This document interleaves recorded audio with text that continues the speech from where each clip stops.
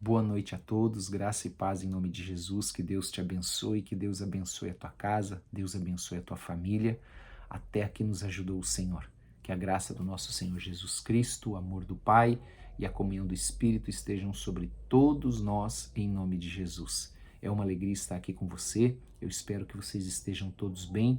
Amanhã é feriado, então estamos aí na véspera desse feriado importante, desse dia importante para todos nós, pelo que ele representa amanhã, amém? E eu quero convidar você a abrir a tua Bíblia lá em 1 Pedro, capítulo 5, que nós vamos ler do versículo 1 até o versículo 4. A epígrafe do meu texto, ele diz assim, os deveres do ministério. O que é ministério? Ministério é serviço. Então, o ministério, ele tem como função servir o corpo de Cristo, servir a igreja e não ser servido. Ouça bem, ele serve a igreja, ele não é servido. E ele então começa dizendo assim, outra coisa importante também, você pode estar se perguntando assim, pastor, mas eu não tenho nenhum serviço no corpo de Cristo, né? Eu tenho assistido os cultos, tenho falado de Jesus, mas eu não tenho nenhuma função ministerial dentro do corpo de Cristo. Ok, mas você precisa entender que este texto ele serve para que nós possamos distinguir, identificar os frutos daqueles que servem o seu próprio reino e aqueles que servem ao reino do nosso Pai, Deus e Pai. Amém? Então é importante conhecer toda a palavra, conhecer, né, esses detalhes da palavra de Deus, porque ele serve para nós aprendermos, para nós identificarmos aqueles que são e aqueles que não são de Jesus ou não estão servindo a ele como deveriam estar servindo. Então, no versículo 1, Pedro, o apóstolo Pedro, diz assim: rogo, pois, aos presbíteros que há entre vós. Presbíteros, eles têm a mesma autoridade dentro de uma igreja, de um pastor, de um bispo, né? Eles têm essa autoridade para servir a igreja, né? Para trabalhar na igreja. Aí ele diz assim, eu, presbítero como eles. Primeiro, então, Pedro, ele se identifica com eles.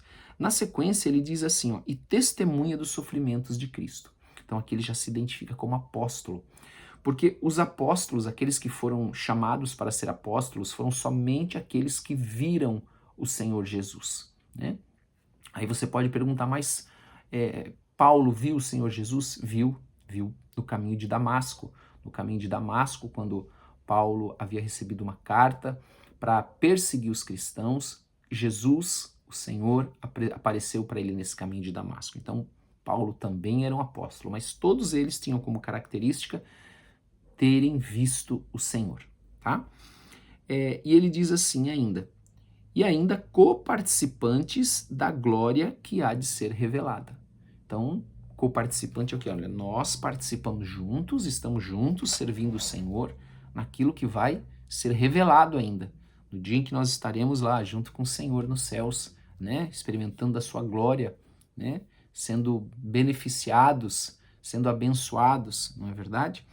E no versículo 2 ele diz assim, pastoreai o rebanho de Deus que há entre vós. Então a primeira recomendação que ele está dizendo agora, ele começa a admoestar aqueles presbíteros, pastoreai o rebanho. Pastoreai o rebanho que há entre vós, não por constrangimento, mas espontaneamente. Ou seja, eles não devem ter preguiça. Não pode ter preguiça. Eles precisam pastorear o rebanho de Deus. Eles precisam estar dispostos a pastorear o rebanho de Deus. Eles não podem ter um ministério para ser servido ou servidos, mas eles precisam servir a igreja, servir o rebanho como pastores, né? Ele continua ainda, não por constrangimento, mas espontaneamente, nós já lemos, como Deus quer. Então, dentro do padrão de Deus, não é dentro do nosso padrão. Como a palavra de Deus diz, então? Como a palavra de Deus nos ensina? Como a palavra de Deus ensina aqueles homens que foram chamados para ser um presbítero, um pastor, um bispo dentro da igreja, um diácono? A palavra de Deus fala sobre isso. Timóteo, Tito, fala sobre como deve se portar um bispo, um presbítero, um diácono, um pastor dentro da igreja, tá bom? Ele continua ainda, como Deus quer, não por sorte da ganância, mas de boa vontade. Então, o que ele quer dizer com isso? Que o pastor, o presbítero, ele não pode pastorear a igreja por causa do dinheiro. Porque se ele pastorear a igreja por causa do dinheiro, ele vai se tornar um mercenário. Mercenário é aquele que recebe para cumprir uma função. O salário do pastor, do presbítero, do bispo, ele deve ser uma consequência do seu trabalho e não um pagamento para que ele faça, né? Para que ele faça. Ah, se ele não tiver o pagamento, ele não faz. Isso se chama mercenário, né? E a palavra de Deus diz que os mercenários são aqueles que, quando o lobo vem, eles fogem porque não têm cuidado com o rebanho de Deus. E ele continua ainda, vamos lá? Mas de boa vontade. Depois ele diz, versículo 3, nem como dominadores dos que vos foram confiados. O que ele está dizendo aqui? Dominadores dos que foram confiados. Porque há aqueles que querem pastorear pela intimidação. Eles te intimidam. Vi muito já isso.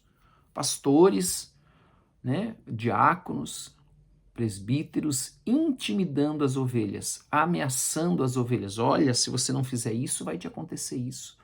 Olha, se, né, buscando de certa maneira colocando sobre eles um jugo, colocando sobre eles um peso e não pastoreando com amor, com carinho, né, olhando para eles como ovelhas, porque você sabe que a ovelha ela tem que ouvir a voz do pastor e reconhecer a voz do pastor e seguir.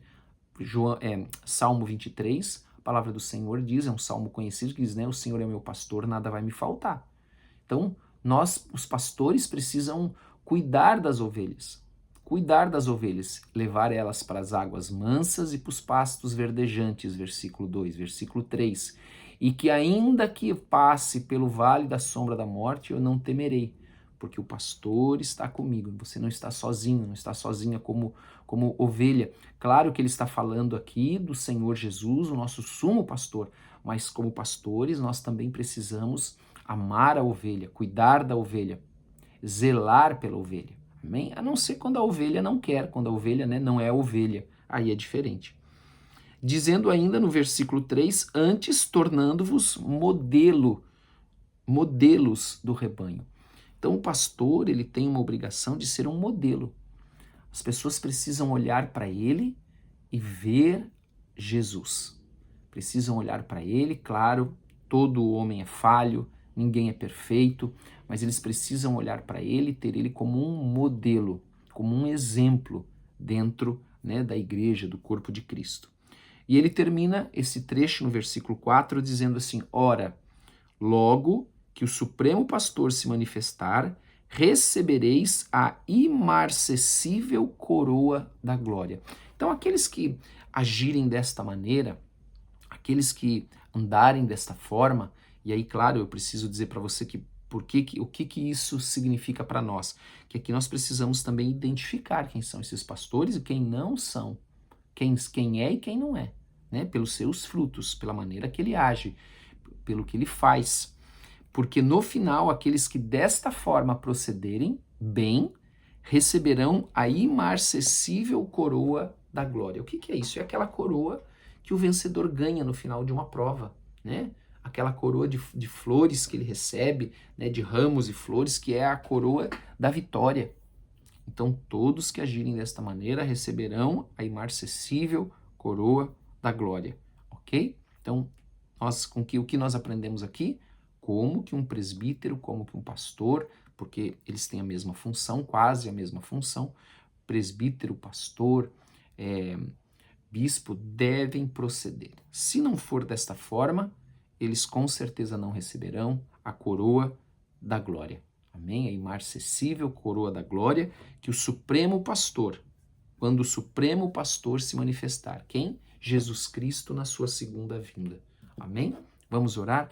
Pai, em nome de Jesus, eu quero te agradecer por cada um que está aqui, pedir que o Senhor abençoe cada família, que o Senhor abençoe cada casa, que o Senhor abençoe cada esposo, cada marido, cada esposa, cada filho, filha, em nome de Jesus. Abençoa com toda sorte de bênçãos, dá ordem aos teus anjos, cerca, guarda, livra de todo mal, em nome de Jesus Cristo.